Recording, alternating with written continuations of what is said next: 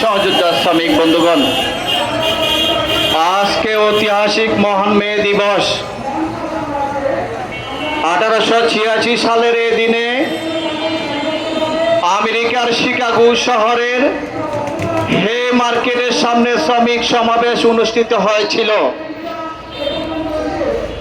সেই শ্রমিক সমাবেশে মালিক পক্ষের লেলিয়ে দেওয়া গুন্ডা বাহিনী দিয়ে সে সময় শ্রমিকদেরকে নির্মমভাবে হত্যা করা হয়েছিল এবং অনেক শ্রমিকদেরকে আহত করা হয়েছিল।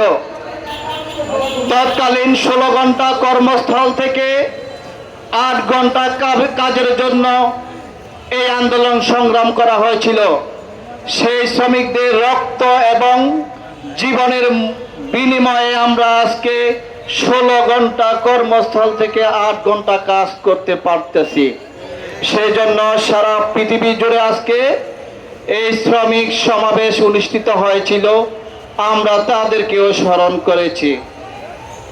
আজকে অত্যন্ত পরিতাপ এবং দুঃখের বিষয় বলতে হচ্ছে,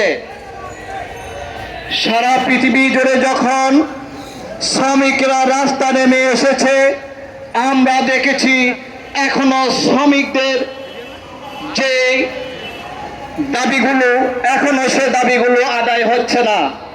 তার মূল কারণ হলো যেখানে মানবতা সর্বাবস্থা লঙ্ঘিত হয়, সেখানে ভালো নেতৃত্ব ছাড়া কখনো শ্রমিকদের ন্যায্য অধিকার আদায় হতে পারে না। আজকে আমরা দেখেছি একজন হোটেল শ্রমিক রেস্তোরাঁয় সকালে কাজ করলে পরের দিন তার চাকরি থাকবে, সে নিশ্চয়তা বাংলাদেশে নাই। আমরা আরো দেখেছি হকার শ্রমিকদের যদি আমরা তাকাই, তাহলে ওখানে সবচেয়ে বেশি বৈষম্য শিকার হচ্ছে চাঁদাবাদিতে এবং দখলদারিত্বে। আমরা যদি মোটর শ্রমিক দিকে তাকাই, তাহলে আপনারা দেখবেন প্রতিনিয়ত চাঁদার জন্য একজন শ্রমিক ঠিকভাবে কিছু টাকা নিয়ে বাসা যেতে পারে, তাও পারে না। এই হলো আমাদের শ্রমিকদের অবস্থা। যদি চা শিল্পের দিকে আমরা লক্ষ্য করি, তাহলে দেখবেন একজন চা কর্মী এখনো 180 টাকার মূল্যে চাকরি করে।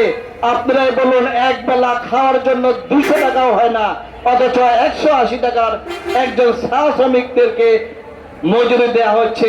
আমরা এই বৈষম্য বাংলাদেশে আর দেখতে চাই না। আমরা দেখতে চাই এই দেশে বৈষম্যহীন শ্রমিক থাকবে, শ্রমিকের অধিকারগুলো প্রতিষ্ঠিত হবে।